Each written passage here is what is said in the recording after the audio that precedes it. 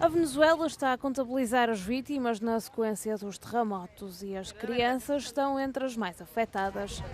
680.000 niños y niñas que están afectados de una forma directa o de una forma indirecta por el efecto de estos terremotos. A organização salienta que estas crianças já viviam numa situação de vulnerabilidade antes da catástrofe. Antes de los terremotos, solamente se cubría el 35% de las necesidades humanitarias por falta de financiación. Claramente la falta de financiación cuesta vidas. Quase 4 milhões de crianças já necessitavam de assistência humanitária. E o problema não é apenas a própria emergência, é a falta de fundos para a resolver. A Unicef salienta que os cortes no financiamento da ajuda humanitária em 2025 ascenderam a quase 40%.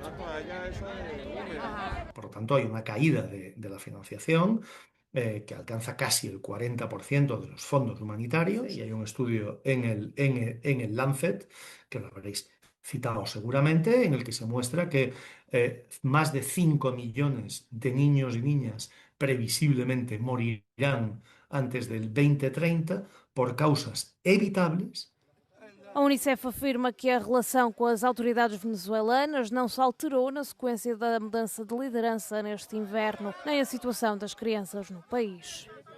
No se ha producido un cambio significativo en nuestra relación porque nuestra relación tiene un foco único y es el bienestar de los niños y niñas. Tampoco se ha producido un cambio muy significativo en la situación. En el país aún no se ha producido. Para a Unicef, a reconstrução levará meses e sem financiamento sustentado, alerta a organização. As consequências para as crianças venezuelanas poderão tornar-se ainda mais graves.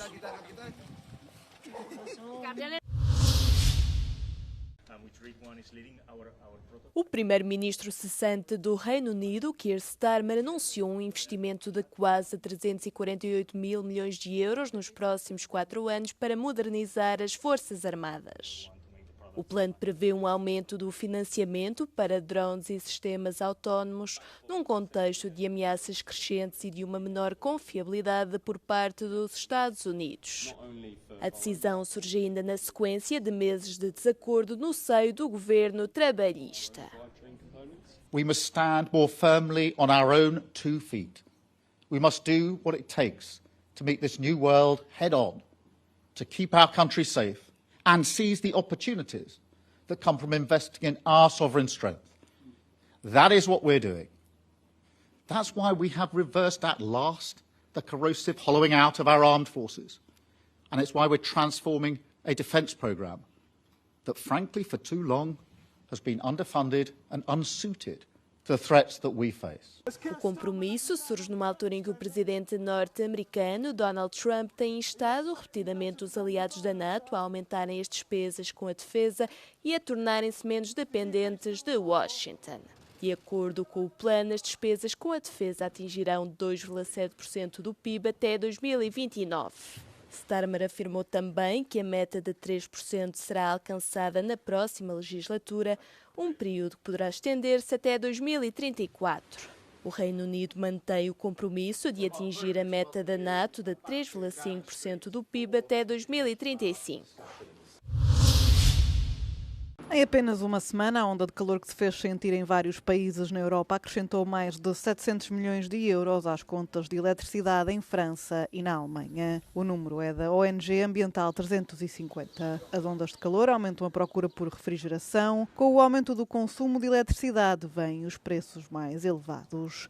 Comparando o período de 21 a 27 de junho com o valor de referência da semana anterior, a análise mostra que os preços da eletricidade aumentaram cerca de 371 milhões de euros na Alemanha e 360 milhões em França. A análise, que se baseia em dados da União Europeia sobre preços e carga elétrica, revelou também que os picos foram particularmente acentuados ao fim da tarde. Na Alemanha, por exemplo, os preços da eletricidade na semana passada subiram de 86 euros por megawatt-hora ao meio-dia para 566 euros por megawatt às 20 horas. Com a onda de calor em curso, nem à noite foi possível refrescar, com a procura de eletricidade a permanecer elevada, especialmente em noites nas quais a temperatura não desceu abaixo dos 20 graus.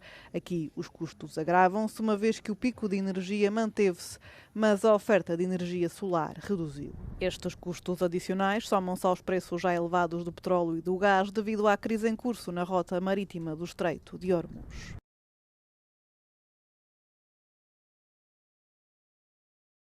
No dia 4 de julho, o Palácio de Versalhes vai inaugurar uma nova galeria para assinalar os 250 anos da independência dos Estados Unidos da América. Localizada no aposento onde o rei Luís XVI recebeu Benjamin Franklin e onde França reconheceu oficialmente a soberania americana em 1778, esta galeria destacará igualmente a relação entre Paris e Washington. Versalhes foi igualmente o local onde em 1783 foi assinado um dos tratados que ajudaram a pôr fim à Guerra da Independência. A exposição reúne pinturas, esculturas e retratos das coleções do Palácio, com o objetivo de destacar as figuras da Era da Independência, incluindo Benjamin Franklin, o Marquês de Lafayette e George Washington.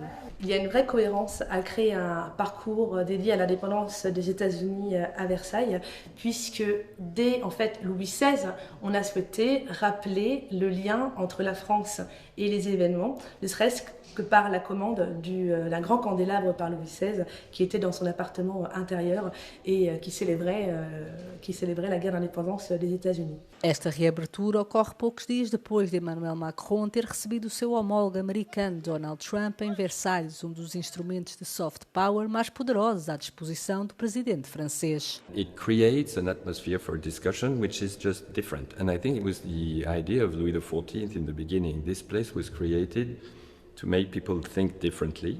Of course, it's diplomatic, so it has to be brilliant and impressive and show how France is a great country.